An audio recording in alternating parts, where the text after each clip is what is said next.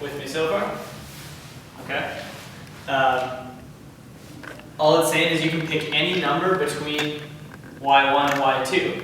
So let's even put numbers around this. Let's call this -10 and positive 6. Okay.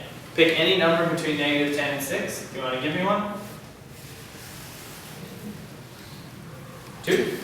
2 sounds good. Let's call 2 about here. And there has to be if the function is continuous from A to B, which it is, I drew it without lifting my pen, then there has to be at least one spot on the function where the y value is 2. Right? So what that's saying is if I drew an imaginary line through here, and even before I draw the function, if I have my 2 endpoints, which are my max and min,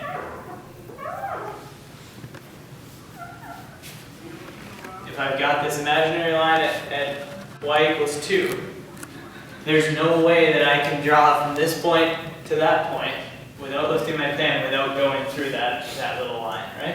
And that's all the intermediate value theorem is saying. It's saying if it's continuous from one point to another, it's got to hit every point in between on the y-axis.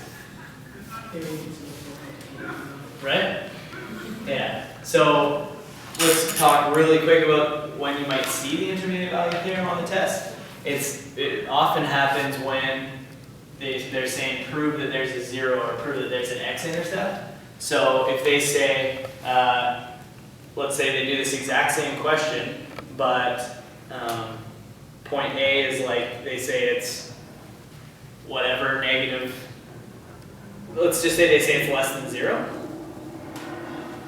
Okay, so this is point A, and they say point B is somewhere greater than 0. If it's continuous from A to B, there has to be an x-intercept between A and B, right? So that's a very, very common one.